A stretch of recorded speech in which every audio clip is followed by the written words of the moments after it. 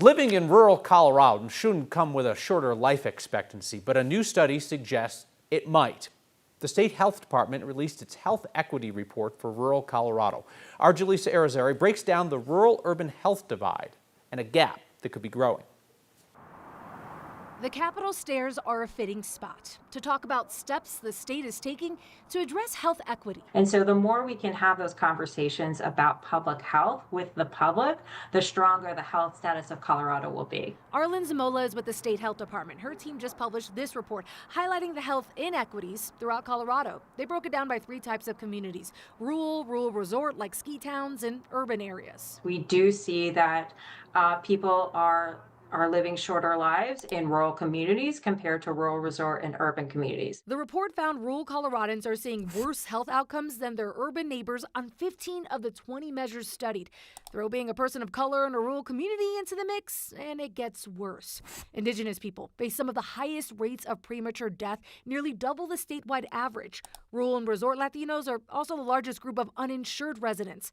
The report points to lack of access to health care, transportation, and housing costs. We are based in the Western Slope. Alex Sanchez is the president of Voces Unidas, a Latino advocacy group. Sanchez noted that the report found rural resort communities usually had better health outcomes than those in cities.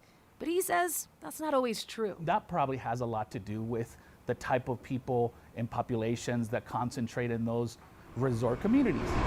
Aspen, Vail, Telluride, Breckenridge, but their patients are not everyday people. Their patients are not the working, construction worker who barely can make ends meet, especially if you're a worker who are also considered seasonal in these very rural resorts. It means that your employer is not required to provide health insurance. And I think it's also really concerning knowing what is coming to our healthcare system in the coming months. Adam Fox is with the Colorado Consumer Health Initiative. He worries about the impact Medicare and Medicaid changes, like new work requirements and more frequent eligibility checks, will have on these disparities.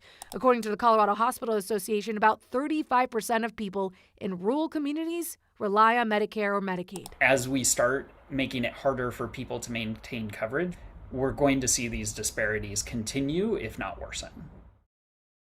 Now, CDPHE hopes lawmakers and community leaders will take a look at this data and try to find solutions to these disparities. Some of the suggestions include adding more school-based health centers and allowing nurse practitioners to provide more services they're already trained to do. Kyle? And when we talk about how people keep up with the cost of being healthy, health insurance premiums continue to increase. Yeah, the Division of Insurance actually just announced this week an 11% increase on the ACA marketplace for 2027. Obviously, that's a far cry from the 101% increase we saw last year, but still, an increase is an increase. All right, Jaleesa Irizarry, thank you very much.